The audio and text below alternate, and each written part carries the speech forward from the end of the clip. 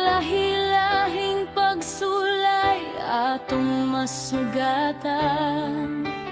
Dili man usahay kini malikhayan, apan ang Dios dili ka pasagdan ni talikdan.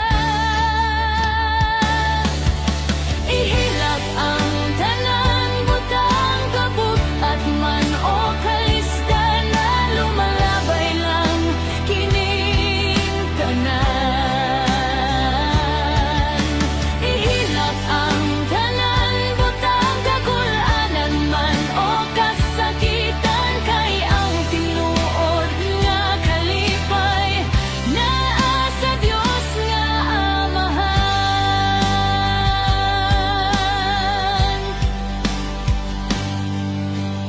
Dilid mabalaka sa daghang nga problema, kanunay siyang anaa ug gihigugma ka.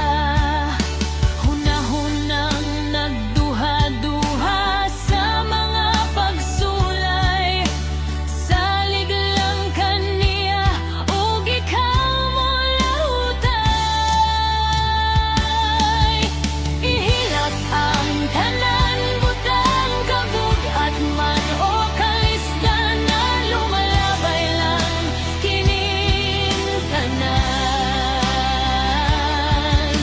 Ihilak ang tanan, butang kagulanan man o kasakitan, kay ang tinuod nga kalipay naa sa Dios nga Amahan.